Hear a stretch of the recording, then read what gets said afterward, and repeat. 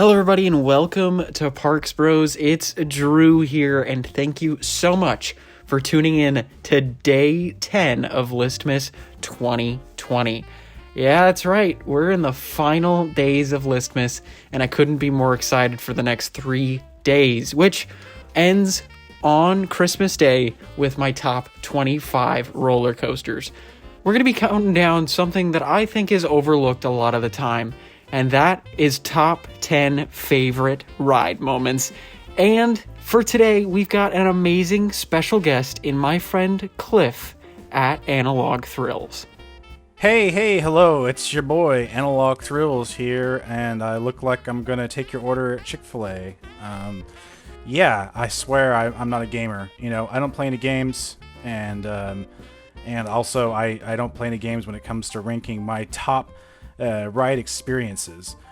So thanks a lot, Drew, for having me on the channel and actually caring about me. Out of the 226 coasters that I've ridden, various rides and dark rides to go with that as well, a lot of them kind of bolster that singular moment that allows it to stand out from the pack. So basically it took me a lot of sleepless nights to really solidify exactly where I stand with my picks. So basically you have to treat my word like gospel, and or else you're wrong. And you need to reevaluate a lot of things in your life. And you probably haven't been riding roller coasters right to begin with. And I'm right. You're wrong again. And Santa is going to drop another Larson loop on your home park. Yes. Another one. Well, now that you've met Cliff and gotten to know him quite a bit, let's see what he has to say about number 10. Number 10 is the Yeet Hill on Railblazer. Also, Wonder Woman Golden Lasso coaster. I'm not going to really try to be too picky about which one's which. Both have a Yeet Hill and both are fantastic. Not only is it a standout moment in this fast-paced coaster to begin with, it's a standout amongst some of the most intense ejector moments in the country. You simply like fly through this element at a really unrelenting pace just directly after the dive loop, and while being pulled out of your seat as if like the hand of Alan Schilke himself were trying to like just rip you out from your little collar restraints, you get like this really intense like lateral shuffling as well, which is sort of due to the off-axis nature of the element. I don't really take a preference to either of the two built clones. The Yeet Hill bears some similarities to the first major airtime hill on Outlaw Run as well, which is also fantastic. But this one's like a whole different beast. Like, literally, you know, it's a raptor. And if you're like one of the lucky few like me that doesn't seem to be too bothered by these collar restraints, then, I mean, all power to you. Anyways, Drew, hit him with what's next. At number 9, I have Accelerator's hydraulic launch that takes you from 0 to 82 miles an hour in just over 2 seconds at Knott's Berry Farm. This launch is a punch not only to your gut, but your entire spine, head, toes, knees, and shoulders all at the same time. Accelerator's hydraulic launch is unlike any other launch out there with its force and power.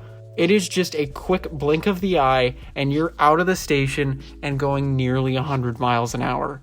And honestly, this is definitely the favorite part of the ride for me, if not one of my favorite moments on any ride at the whole park. It is just a fantastic moment, and I would have to say it is still my favorite launch on a coaster without question.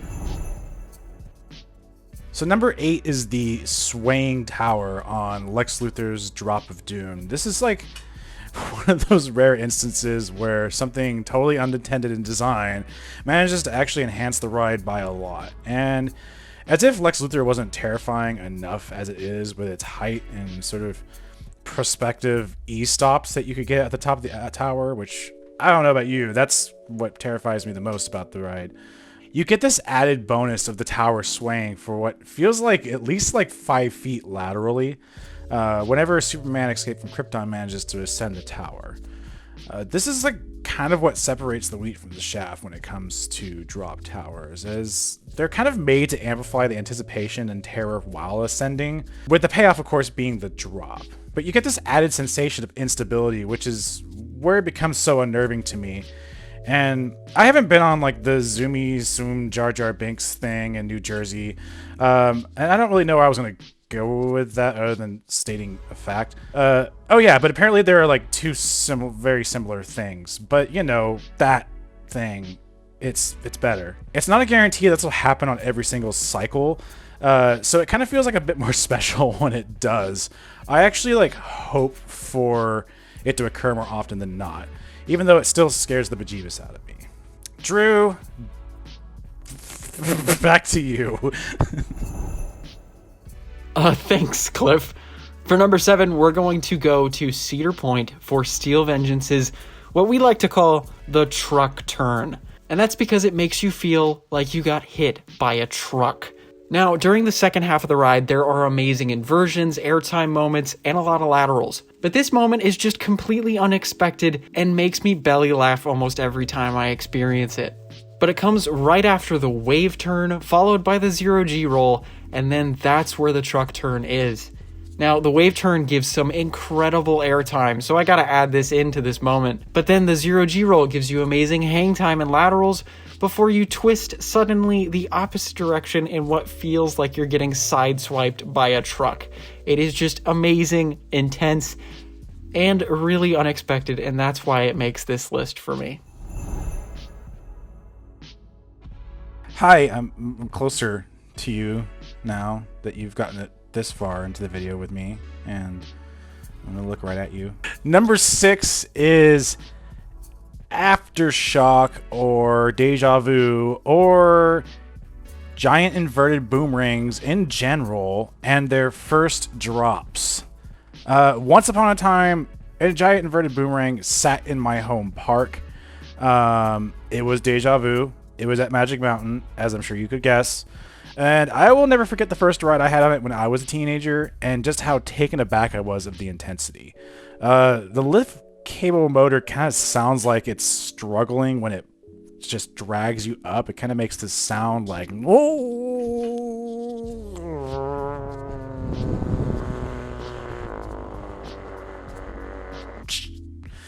and you just get like this evil hang time before suddenly just being let loose and without any warning, really. And I swear this is one of those moments and sensations that you can't really fully replicate anywhere else except for maybe like a sky coaster.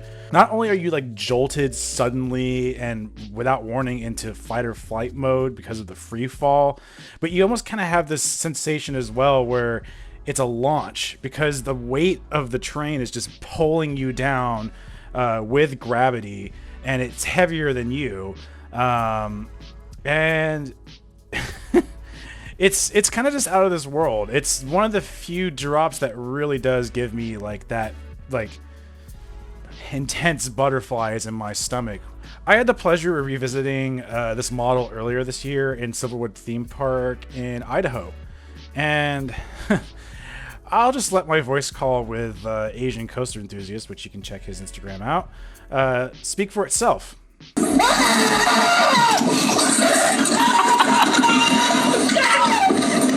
It was just as intense and over the top as I remember, and yeah. Be sure to get the back row on this ride. It's kind of where you get the most out of the height of the drop. And yeah, Drew, you never done this before, so you wouldn't know.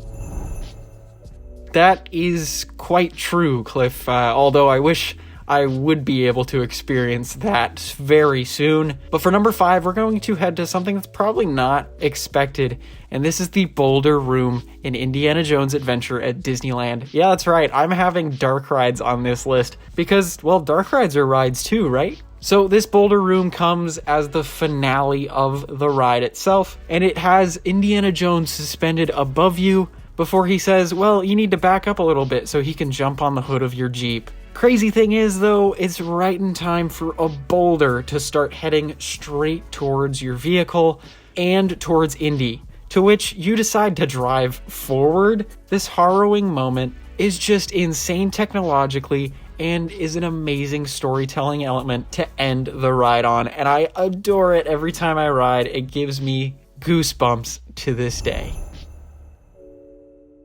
Numero 4 is Mr. Freeze first class coaster. Jeez, guys. I'm a real YouTuber now.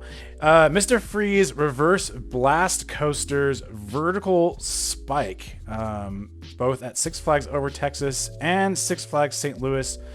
I'm a hypocrite and haven't been on the one at Six Flags St. Louis, but I have been on the one at Over Texas many times. And boy, oh boy, oh boy, oh boy. This pick bears a lot of similarity to my previous one. It's a drop. It rushes close to 200 feet. It ascends and descends the spike. The difference here is the variation of sensation. Freeze's vertical spike is approached at high speeds, and which upon reaching its vertical angle, you get some really lovely floater from the 0 Gs, immediately followed by some really seriously messed up hang time, which is caused by the LAMs that are engaged to propel you further up the spike, and then the pop of floater falling back down for what feels like forever, and then you get a small kick of a launch coming back down as well, and then just get completely wrecked into your seat from the positive forces as you exit the spike. You just get freaking pitted. Don't get pitted. Dude, so pitted. So pitted like that. Again, this is one of those elements that you can make the most out of in the back row. And Freeze is already a coaster that packs so many contrasting sensations to each of its elements, and the vertical spike is kind of where it meets its grandest moment. And I just... Drew. All you. You're right there, buddy. I hope you're doing okay. Anyway, let's move to number 3, which I have Maverick's second Stangle Dive and the following Airtime Hill. This is the very finale of that roller coaster at Cedar Point. And I gotta say, it is my favorite moment on any coaster ever. Just the combination of those 2 or 3 elements at the very end of the ride is just pure magic. The Stangle Dive swinging you to the left, unlike any other element I've ever experienced. Especially in the right-hand seat, you get flung way further than you'd ever expect, and the moment you get to that top velocity, you get yanked back in what creates a weird hang time and lateral motion that is unlike anything else I've ever experienced on a ride. Now add that in with a nice pop of ejector air time that pushes you to the side with a little bit of lateral forces before turning smoothly into the brake run. It is easily one of the most intense and graceful moments on any coaster I've ever experienced, and that's why it's easily my favorite ride moment, at least from a coaster standpoint. Number 2 is the Legends Death Helix at Holiday World. I'm wearing me a Holiday World shirt right here. It's backwards. Hope you don't mind it being backwards. Yeah. I really don't know if it's actually called the Death Helix, but if you've been on the Legend, you kind of know what I'm talking about. Let's just say it's legendary. And forgive me, but in general, this is the kind of coaster I don't really like to hype up too much, because in a way, I sort of want coaster fans to experience it the way that I did, which was not knowing a single thing about it at all.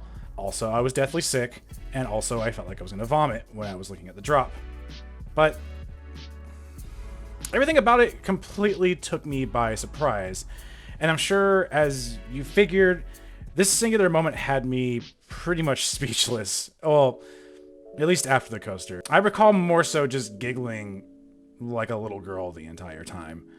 I'll let you paint that mental image yourself. And that's all I can really say about it. I don't want to hype it up too much again, solely for the purpose of letting you kind of have this sweep you away on your own terms. But also, I know that there's just some people out there that aren't really as thrilled about this coaster or this moment too. But just remember what I said earlier. I'm always right. Well, hopefully that's the truth, Cliff, because I can't wait to check out everything at Holiday World. But let's go to number 1, which we're going back to Disneyland and back to a dark ride. I know, kind of unexpected, but this is for the AT-AT room in Rise of the Resistance.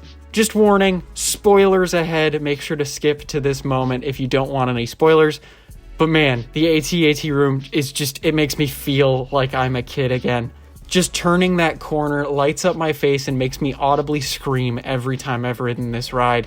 Now add in the giant walkers with the incredible animatronics and the screens that make it seem like you are actually being shot at from all sides, and it is just a ridiculous moment where I actually find myself ducking over and over again to make sure I'm not going to get hit with blaster fire. Now, thankfully, we have stormtroopers shooting at us, so that won't be the case, but still, there is a little part of me that can't help but think this is a real situation that I'm in at that moment in time. It is just phenomenal in all senses of the word, and add in the amazing elevator moment and even a stare down with the AT-AT head itself or a Gatling gun. It is just amazing all around and is easily my favorite ride moment of all time. So there you have it, day 10 of Listmas, all over and done. Oh, it's insane. I can't believe that we're this close to the end of this amazing Listmas this year, and I hope you guys have enjoyed it so much. But before I head out, I'm going to hand you over to my great pal Cliff, who was a great help during this video. All right, thanks for putting up with me, Drew. And you can always follow me and all my travels on Instagram at Analog Thrills. There's the thing right there. That's me bumping my mic to point it out to you. And you can watch me do the little clicky with the shooty that makes the filmy. I do all my own shooting, I do all my own developing, and all of my own scanning of 35mm film photography, and I do that because basically I'm a crazy person that just wants clout. So yes, follow me, and you'll get your money's worth. I promise. Also, thanks. I'm not a YouTuber yet, and I'm trying, so I hope this worked out. Okay, well, I'm gonna let my eyesight try to look at you while I say toodles. Take care, and till next time, happy Listmas. Happy Listmas indeed, Cliff. Thank you so much for joining, and make sure to go check out at Analog Thrills on Instagram. And of course, if you haven't yet, make sure to subscribe. We've got another couple days of Listmas to go, so make sure you tune in for those videos upcoming. But of course, until then, we'll see you on the next ride.